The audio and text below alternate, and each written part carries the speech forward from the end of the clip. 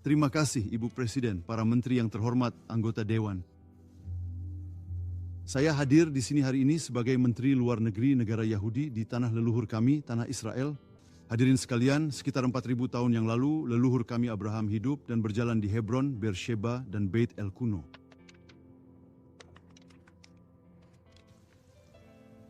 Lebih dari 3.000 tahun yang lalu, Raja Daud menetapkan Yerusalem sebagai ibu kota kami. Kehadiran Yahudi di tanah Israel bahkan selama masa pengasingan kami yang panjang tidak pernah terputus bahkan untuk satu hari pun. Dalam sejarah bangsa dan negara, ini mungkin merupakan kasus paling jelas tentang hak historis yang terbukti dan terdokumentasi dari suatu bangsa atas suatu wilayah. Sungguh menakjubkan ada begitu banyak kekuatan-kekuatan yang mencoba menggantikan kebenaran sejarah dengan kebohongan modern. Kebenarannya sederhana. Kami adalah masyarakat pribumi asli yang sah di seluruh wilayah tanah Israel sejak zaman dahulu. Temuan arkeologis di situs-situs kuno kita, termasuk kota Daud, tembok barat, Tanas, dan lainnya, menceritakan sejarah tanah kita. Pegangan kendi ini berasal dari kerajaan Yehuda, 2.700 tahun yang lalu. Ada cap Raja Yahudi di atasnya. Koin kecil ini, dari hampir 2.000 tahun yang lalu bertuliskan kebebasan untuk Zion. Ditemukan di padang gurun Yudea, koin ini dicetak pada tahun kedua dari pemberontakan besar Yahudi melawan Romawi. Bagaimana mungkin kehadiran Yahudi di tanah air kuno kami melanggar hukum internasional? Itu adalah kontradiksi dalam istilah. Pada tahun 1917, pemerintah Inggris mengeluarkan deklarasi Balfour yang bersejarah untuk membongkar kembali tanah air nasional bagi bangsa Yahudi di tanah kami, di tempat-tempat yang sama di jantung tanah leluhur kami. Tempat yang Anda klaim orang Yahudi dilarang tinggal dan yang diduga melanggar hukum internasional, Anda akui sebagai bagian dari tanah air nasional bagi bangsa Yahudi. Saya ingin memperlihatkan sebuah peta dari mandat Inggris. Tapi saya akan memberi penjelasan terlebih dahulu untuk Menteri Luar Negeri Yordania yang saya tahu akan segera datang. Kami tidak memiliki klaim atas Transjordania. Saya ingin hal ini jelas. Tetapi ini adalah peta deklarasi Balfour dari mandat Inggris. Di sini ada Yudea dan Samaria. Sebagian dari Anda menyebutnya tepi barat. Pada tahun 1921, Menteri Negara untuk Urusan Koloni saat itu, Winston Churchill, berkata saat berkunjung ke tanah Israel, sudah jelas benar bahwa orang Yahudi harus memiliki tanah air nasional dan di mana lagi itu bisa berada? Bisa. Tetapi di tanah ini, yang selama lebih dari 3.000 tahun telah mereka hubungkan secara intim dan mendalam, pada tahun 1922, pendahulu PBB, Dewan Liga Bangsa-Bangsa, menugaskan Inggris untuk membangun kembali tanah air nasional Yahudi. Ibu Presiden yang terhormat, kira-kira apa sajakah hal yang sebenarnya masih tersisa dari seluruh warisan tradisi sejarah yang sangat agung milik Balfour dan Churchill? Klaim-klaim dalam diskusi ini, seperti banyak diskusi lainnya, hanyalah contoh lain dari obsesi munafik terhadap keberadaan Yahudi di jantung tanah kecil kami. Klaim bahwa orang Israel tidak boleh tinggal di Yudea dan Samaria tidak hanya bertentangan dengan hukum internasional dan deklarasi Balfour Inggris sendiri. Itu adalah pandangan yang secara moral menyimpang. Bagaimana mungkin orang Yahudi diizinkan tinggal di London, Paris, atau New York, tetapi tidak di tempat lahir peradaban kami sendiri, Yerusalem kuno yang Anda sebut Yerusalem Timur, Shiloh, Hebron, dan Beit El? Ibu Presiden, ini adalah negara kami. Ini bukan 13.000 kilometer dari negara kami, seperti Kepulauan Falkland yang oleh Argentina disebut Kepulauan Malvinas, sebuah sengketa yang hingga hari ini belum Anda selesaikan dengan Argentina. Hadirin sekalian, kesepakatan abad ini Presiden Trump tahun 2020 menegaskan bahwa komunitas kami di Yudea dan Samaria akan tetap utuh dalam perjanjian permanen apapun. Akan ada perdamaian suatu hari nanti.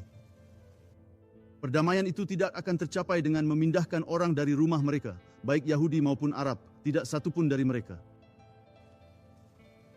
Gagasan bahwa komunitas Yahudi adalah penghalang perdamaian sungguh keterlaluan.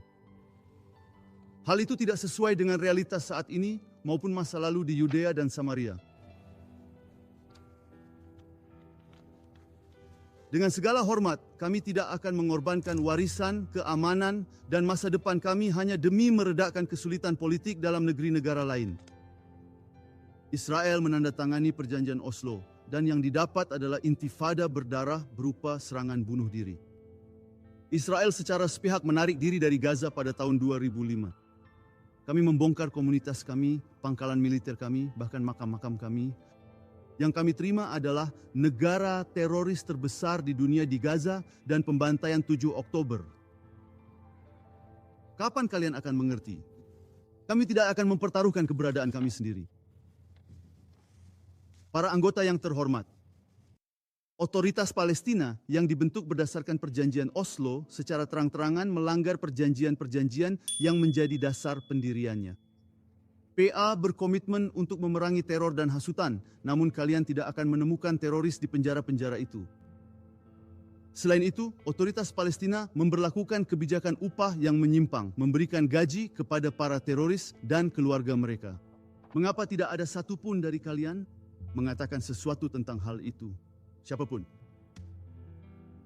Departemen Luar Negeri Amerika Serikat melaporkan kepada Kongres bahwa PA berkomitmen untuk membayar lebih dari 200 juta dolar dalam bentuk gaji kepada para teroris. Pada tahun 2025 saja jumlahnya jauh lebih besar dibandingkan tahun 2024. Beberapa minggu yang lalu, Abbas memecat Menteri Keuangannya untuk mengalihkan kesalahan kebijakan bayar untuk membunuh kepadanya. Namun Menteri Keuangan yang baru mengakui seminggu yang lalu bahwa kebijakan bayar untuk membunuh akan tetap berlanjut meskipun mereka mengalami kesulitan keuangan. Tapi kalian tidak mengatakan sepatah kata pun tentang hal itu, bukan? Otoritas Palestina terus menghasut kebencian terhadap Yahudi dan Israel di buku pelajaran, sekolah, dan taman kanak-kanak.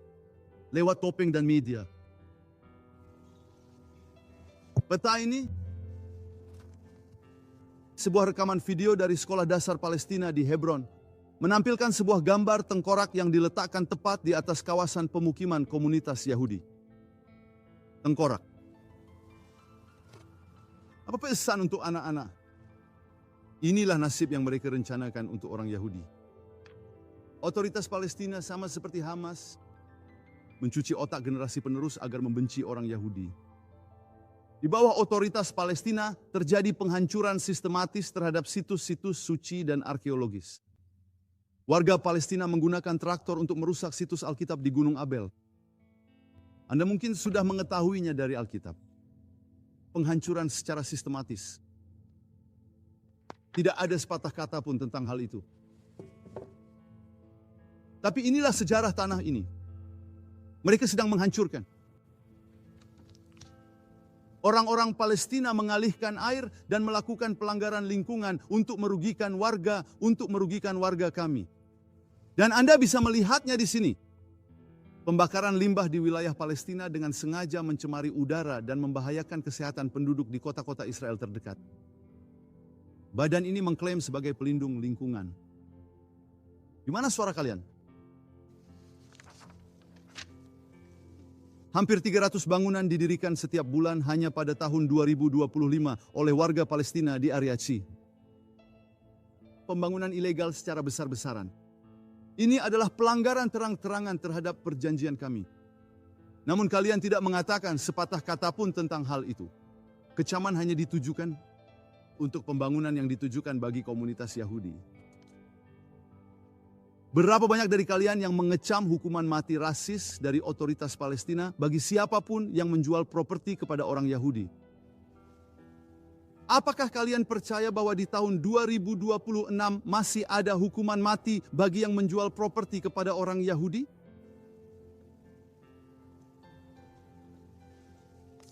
Hukum Yordania yang berlaku untuk apa yang kalian sebut. Tepi barat melarang penjualan properti kepada siapapun yang bukan Arab, baik Yahudi maupun non-Yahudi, Amerika, Tiongkok, Rusia.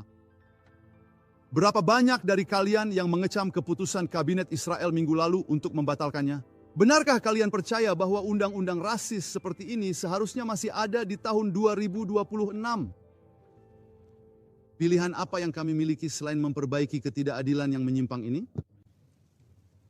Dengan mewujudkan kesetaraan dan transparansi dalam transaksi properti di Yudea dan Samaria. Apakah ini aneksasi? Keputusan kabinet kami juga melindungi hak milik warga Israel dan Palestina secara setara. Para anggota yang terhormat, komunitas internasional menutup mata terhadap praktik dan pelanggaran yang terus dilakukan oleh PA. Hal ini hanya semakin menjauhkan solusi untuk konflik tersebut. Anda mengarang apa yang disebut negara Palestina, seolah-olah negara seperti itu ada atau pernah ada. Namun kenyataannya, ini sederhana. Tidak pernah ada negara Palestina. Anda berbicara tentang wilayah yang diduduki. Bagaimana mungkin wilayah itu diambil dari entitas yang tidak pernah ada oleh sebuah bangsa yang selalu ada di sana? Ini mengingatkan saya pada Kaisar Romawi Hadrian. Dia menghancurkan Yerusalem dan membangun kota baru di atas reruntuhannya pada tahun 130 M, menamainya Ilia Capitolina. Tujuannya adalah untuk menghapus ingatan tentang ibu kota Yahudi. Apakah ada di antara kalian hari ini yang pernah mendengar tentang Ilia Capitolina? Tapi semua orang tahu Yerusalem. Selama lebih dari 3.000 tahun, sejak Raja Daud, Yerusalem telah menjadi ibu kota abadi bangsa Yahudi. Dan akan tetap seperti itu selamanya. Yerusalem Barat adalah Yerusalem. Satu, Yerusalem di bawah kedaulatan Israel. Jika Anda bertanya-tanya dari mana nama Palestina berasal, itu adalah Hadrian yang sama. Dia mengganti nama tanah Israel menjadi Syria Palestina untuk mencoba menghapus hubungan Yahudi dengan tanah kami. Ngomong-ngomong itu tidak berhasil. Fakta lainnya, hanya kedaulatan Israel atas Yerusalem yang menjamin kebebasan beribadah bagi ketiga agama tersebut. Yahudi, Kristen, dan umat Islam. Terdapat lebih dari 2 juta warga Arab di Israel. Mereka menikmati hak yang sama. Mereka terwakili di parlemen kita dan di Mahkamah Agung kita. Tentu saja mereka menikmati kebebasan beribadah. Umat Muslim di seluruh dunia mulai merayakan Ramadan. Saya mengucapkan selamat Ramadan Karim kepada mereka. Kami akan terus menjamin kebebasan beribadah, termasuk di Bukit Bait Suci. Namun selama pemerintahan Ottoman dan masa mandat Inggris, orang Yahudi dilarang memasuki makam para leluhur di kota kuno kami, Hebron. Nenek moyang kami hanya diperbolehkan berdoa di anak tangga ketujuh di tangga luar. Di Yaman saat ini, umat Kristen dilarang menjalankan keyakinan mereka secara terbuka. Rezim Iran menganggap gereja rumah sebagai ancaman terhadap keamanan nasional. Tidak sepatah kata pun tentang negara-negara ini. Israel adalah satu-satunya kekuatan yang berdiri melawan kekuatan besar barbarisme, teror, dan ekstremisme. Anggota yang terhormat, besok saya akan mendapat kehormatan mewakili Israel di KTT Perdamaian Dewan Presiden Trump di Washington DC. Kami mendukung rencana Presiden Trump untuk Gaza. Inti utama dari rencana tersebut adalah proses perlucutan senjata kelompok Hamas, demilitarisasi menyeluruh di wilayah jalur Gaza, serta upaya deradikalisasi bagi seluruh lapisan masyarakat Palestina yang ada di sana. Inilah sebabnya mengapa ini adalah rencana komprehensif pertama yang menangani akar permasalahan. Hamas sepenuhnya bertanggung jawab atas situasi kemanusiaan yang telah Anda semua gambarkan, atas penderitaan baik warga Israel maupun Palestina. Namun anggota dewan ini terus-menerus menyerang Israel secara obsesif tanpa ada kaitan dengan kenyataan. Bahkan ketika, seperti yang dikatakan Duta Besar Amerika, lebih dari 4.200 truk per minggu masuk ke Gaza. Pernyataan harus terhubung dengan kenyataan dan faktor-faktor yang membentuknya. Saya tertinggi Anda semua dengan jujur bertanya pada diri sendiri, mana yang lebih berdampak? Pertemuan PBB ini atau KTT besok? Apakah Anda pernah bertanya pada diri sendiri mengapa semua orang fokus pada KTT di DC besok dan bukan pada pertemuan ini? Sudah saatnya untuk berbicara jujur. Rakyat Palestina berada di garis depan perang Islam radikal untuk melenyapkan Israel. Hal itu tidak pernah berubah. Dan jangan salah, Barat adalah target berikutnya.